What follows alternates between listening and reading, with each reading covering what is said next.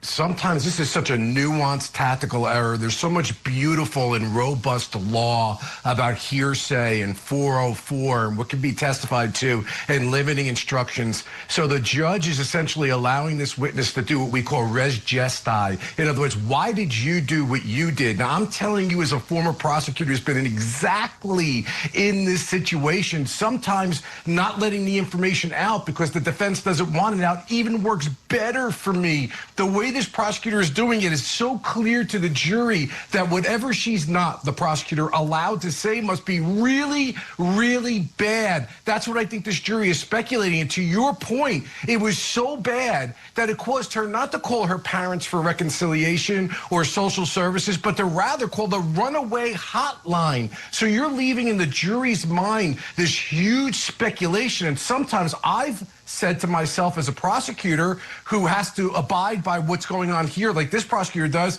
wow, the testimony even was more powerful to the jury because they know something's being hidden from them and I'm dancing around it. They know exactly what's going on. I'm wondering if I had the file in front of me as a defense lawyer, whether I would have waived those objections and not made it look like there's such a big mystery going on here. Interesting, powerful testimony for sure. And Bob, we love having our YouTube streamers joining us on the linear feed today. And there was a really great question from Miss Anderson just posed. In America, can a minor ask law enforcement to intervene if they don't want to travel or move to a foreign country with their parents if there is no evidence that the child is not safe? Of course, I started jumping up and down and said, Michael, I want this question with Bob, because the really key is the end of that language. If there's no danger posed. Of course, if the child's at imminent risk, then they can intervene. But absent that, Bob, no, I don't think law enforcement can do a darn thing about it.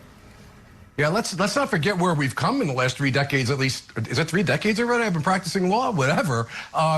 We've gone to a place where law enforcement rarely question corporal punishment and parental decisions, and parents were notified about everything, especially in the schools, because they're wards of the parents in locus parentis when they're in the schools. Now we're getting to a point where that question is so prescient. Has the pendulum swung to such a place right now where if there's no abuse to the child, there's no violation of criminal law, that the parents no longer have the custody, care, and capability of making decisions on behalf of the children? And I do not believe the law has gone that far at this point, nor do I think it should, because like the defense is going to raise here, this is not something, children can't make all these decisions on their own.